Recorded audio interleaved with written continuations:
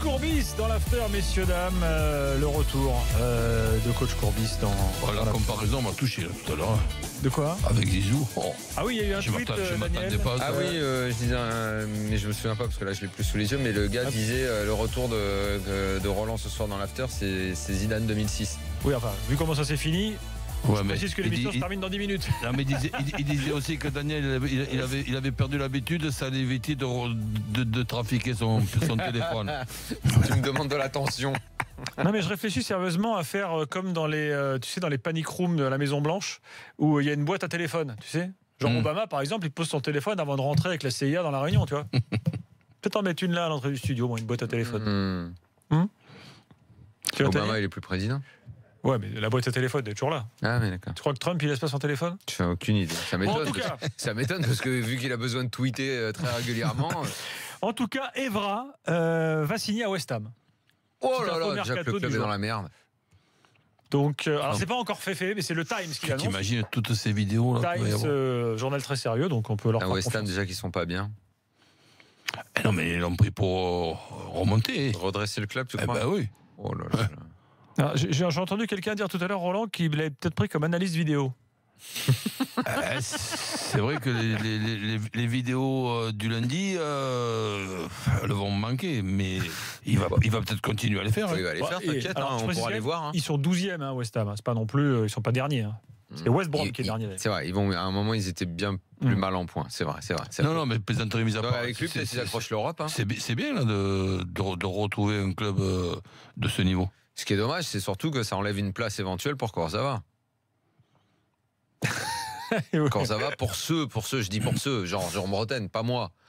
Ceux qui s'acharnent sur lui, pas moi. Qui espéraient un point de chute pour lui en Angleterre, West Ham faisait partie des points de chute. Là, maintenant qu'ils ont pris un arrière-gauche de ce niveau, t'imagines, tu prends Evra et doublure Kurzawa dans un club? T'es bien, hein?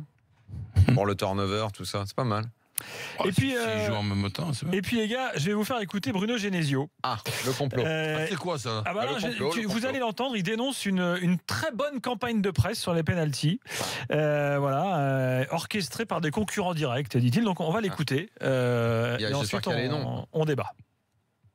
Il y a eu une très bonne campagne de presse qui a été faite par nos concurrents directs, ça marche, c'est bien.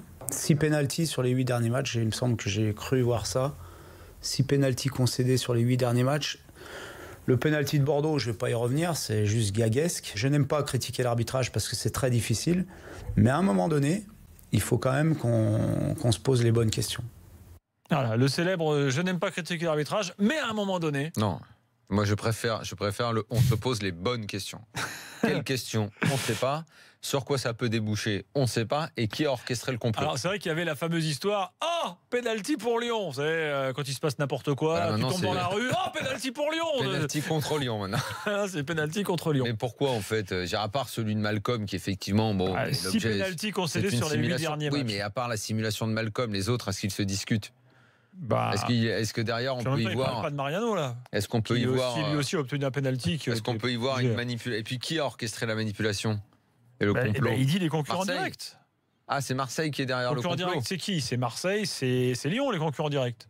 Monaco, tu veux dire? C'est Monaco, Marseille, voire Paris. Je ne sais pas s'ils considèrent Paris comme un concurrent direct. Paris, je ne sais pas s'ils sont dans les complots aussi. Ils ont autre chose à faire. Ouais. Bon, enfin voilà. Donc, le problème, c'est que c'est toujours pareil, quoi. Il était bien en plus pour Genesio ces derniers temps. Là, surtout, c'est pas le genre Pep à critiquer les. Oui, c'est vrai, c'est étonnant. Les arbitres. Là, je pense que ça traduit quand même une forme d'impuissance du moment. 2 défaites de suite, c'est pas bon pour un club comme Lyon. La manière n'y est pas et visiblement, il ne trouve pas les solutions. Et donc dans ces cas-là, tu viens, tu fais de la com et tu dis qu'il y a un complot. Il y a quand même certains matchs de Lyon qui sont bizarres et qui se ressemblent beaucoup. Je trouve, j'ai vu de beaux matchs de Lyon. J'ai vu aussi des matchs avec le final un petit peu chanceux. Je me rappelle, on parle du match retour de Bordeaux avec le penalty de Malcolm. Ok, mais il y a eu le match aller avec ce 3-3 et ces 2 buts qui sont remontés sur la fin à 10 contre 11. Il y a eu ce 3-3, je crois que c'était à Angers, alors qu'il met le 3-1 et qui a Lyon Marcelo a fait beaucoup de matchs bizarres, tu as raison. Et dans matchs bizarres, je compte aussi Fekir qui marque à la dernière minute contre Monaco. Mais contre Monaco, une minute avant, il y a une occasion pour Monaco tu le gagnes. La victoire à Amiens, celle-là, je l'encadre.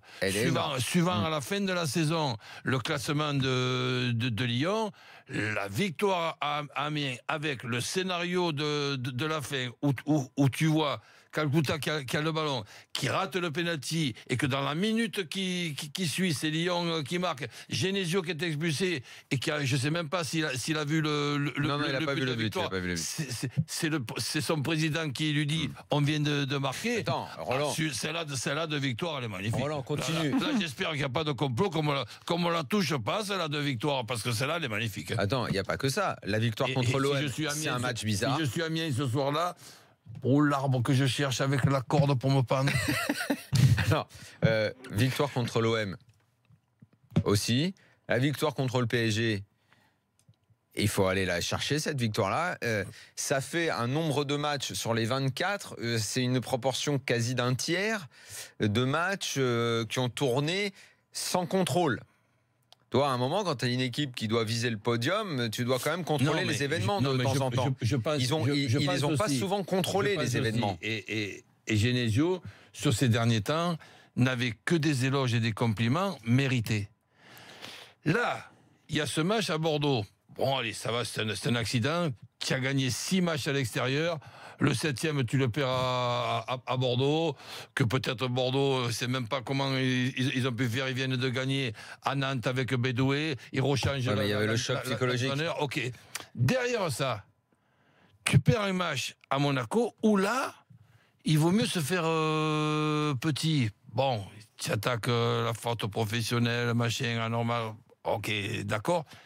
Et après, le lendemain ou le surlendemain, ça suffit encore pas. Je pense que cette déclaration, elle est de trop. Ces derniers temps, il a que des compliments. En plus, il les mérite. Restons discrets et préparons le match d'après pour Lyon. J'en ajoute un petit, là, à votre liste. C'est le match contre Limassol. Vous vous souvenez, le 1 partout, là, sur la Coupe d'Europe, il y a eu des matchs aussi un peu compliqués. Alors, celui-là, il n'est pas dans la catégorie bizarre. Il est dans la catégorie pourri. Ah oui, tu peux. Oui. Il y a catégorie pourrie, il y a celui. Aussi, catégorie pourrie, il y a celui. Il y en a quelques-uns en Europa League. Il y a celui contre Nantes au début de la saison. Sur les 24, je te dis, entre bon match, match bizarre et match pourri. Avant, ils sont toujours dans la course. Il y a pas. Ouais. Voilà. Mais ça manque globalement de contrôle. Ouais, mais là, Pep Genesio y est pour quelque chose. On est surpris de les voir perdre 2 matchs d'affilée. Avec en plus 2 fois 3 buts. C'est Bordeaux et Monaco. Et puis Monaco qui a joué un grand moment à 10. On n'a pas parlé donc des salaires en Ligue 1 qui ont été dévoilés aujourd'hui. Je signale quand même que Ben Arfa est 13e pour un mec qui joue jamais. 13e salaire. Franchement, les salaires comme ces données-là, de toute façon, ça ne sert à rien du tout. On est loin des réalités, loin de ce qu'il y a dans les contrats. C'est souvent des estimations. Ça n'a aucun intérêt. Roland, merci pour ce one-shot magnifique. Et bien sûr, tu es chez toi. L'after, c'est ta maison. Donc, tu reviens quand tu veux. Qualification de Paris, de Marseille, des Herbiers ce soir. Qu'est-ce que j'ai dit pour Montpellier-Lyon demain Tu as dit Montpellier. Alors que Jérôme avait dit Lyon. Voilà, on a les preuves. Allez, je vais me refaire demain. Puis demain, il y a Lens 3. Demain, il y a Lens 3. T'as dit Lens, t'as dit 3. Montpellier-Lyon, prolongation. Non, mais je fais des verts. Et puis il y a Metz, quand t'as dit Metz. C'est pas un résultat. Metz, quand j'ai dit Metz ? Bah ouais. Je maintiens. Allez, à demain soir justement pour analyser la Coupe de France. Bonne nuit à tous et à demain.